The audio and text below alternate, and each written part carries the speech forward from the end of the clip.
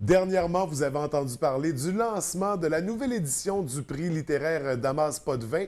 Pour vous en parler, ce matin, on a la chance de recevoir avec nous la présidente d'honneur, nulle autre que l'auteure, romancière, poète, chroniqueuse littéraire Marie-Christine Bernard.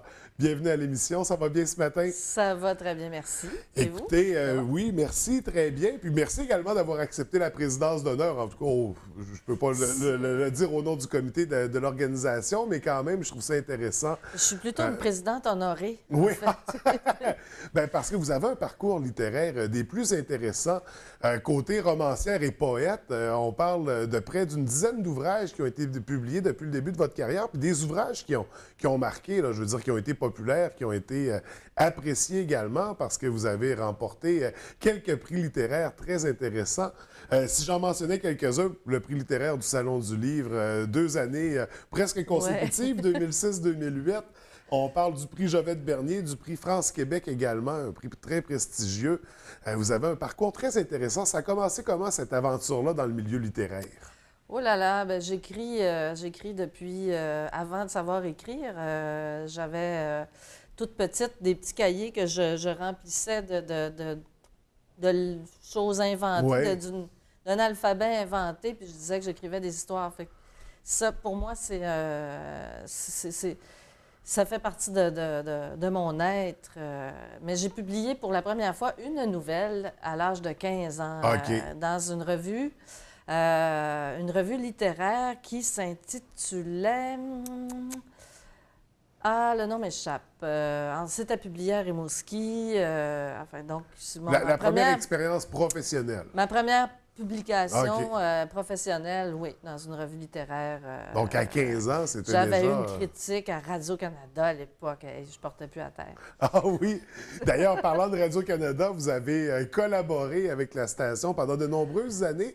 Pendant quelques années, oui. En tant que chroniqueuse littéraire, comment vous avez trouvé l'expérience? Et qu'on avait du plaisir. En fait, j'ai adoré faire de la radio, puis je pleure pour en refaire dans mon coin... depuis que c'est terminé.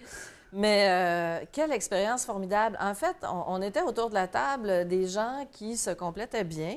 On était très complices et pourtant, on n'avait pas... on ne se connaissait pas nécessairement avant que cette aventure-là commence. Je connaissais Paul Terrien, qui était l'animatrice de Beau temps, mauvais temps. Et puis, les chroniqueurs, on a fait connaissance au fur et à mesure autour de la table. Mais on se complétait tellement bien... Et on allait toucher des sujets très, très diversifiés. Et on avait un plaisir fou. Puis on savait que les auditeurs à l'autre bout, ils avaient eux aussi beaucoup de plaisir. Puis on le faisait dire. Puis il y a encore des gens qui m'en parlent des fois à l'épicerie ou ailleurs.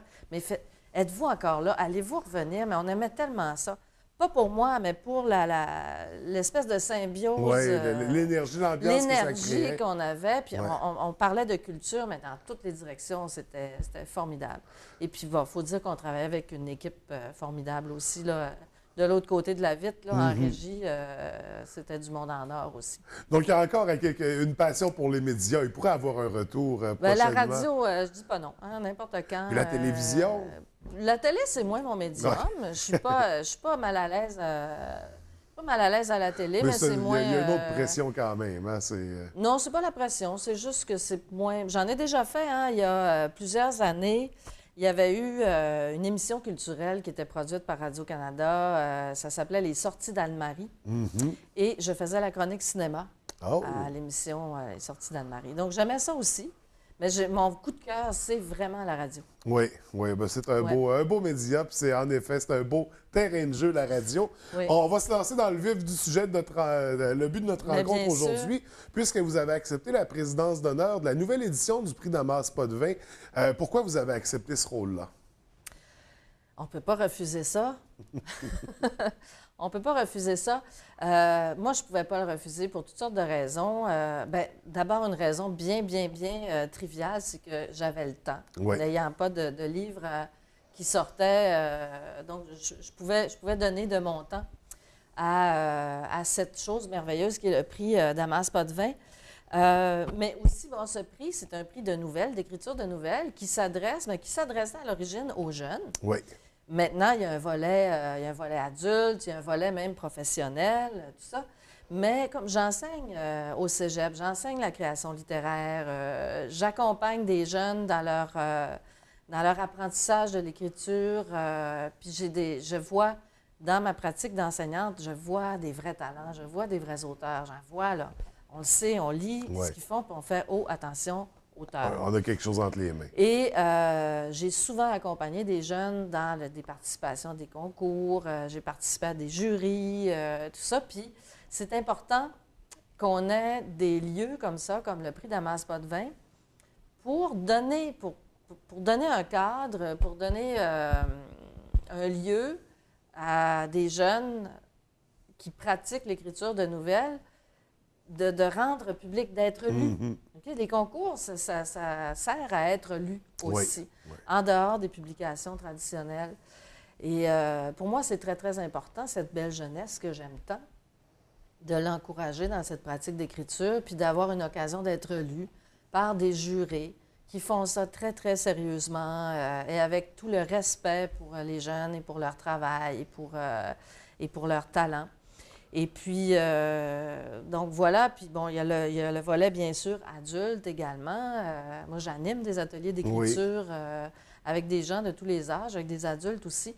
Puis, c'est ça, c'est une occasion pour des gens qui n'oseraient peut-être pas publier, qui n'oseraient peut-être pas proposer des choses à des éditeurs, mais d'être lus et d'être reconnus.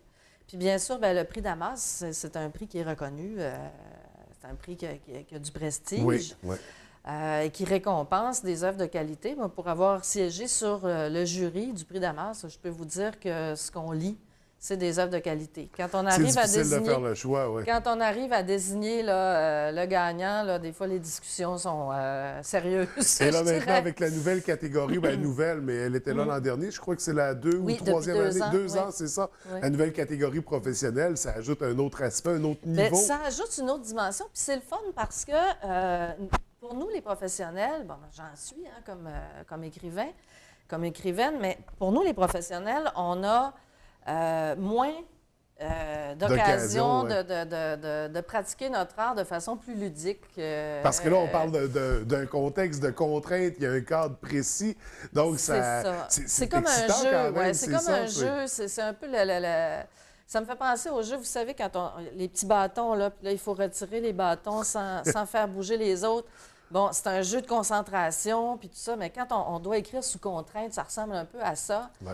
Et c'est nécessaire. Ça peut se dépasser, hein? C'est nécessaire. Pour avancer dans notre art, il faut absolument, de temps en temps, se soumettre à l'exercice de la contrainte. C'est comme un musicien qui ne ferait pas de gamme.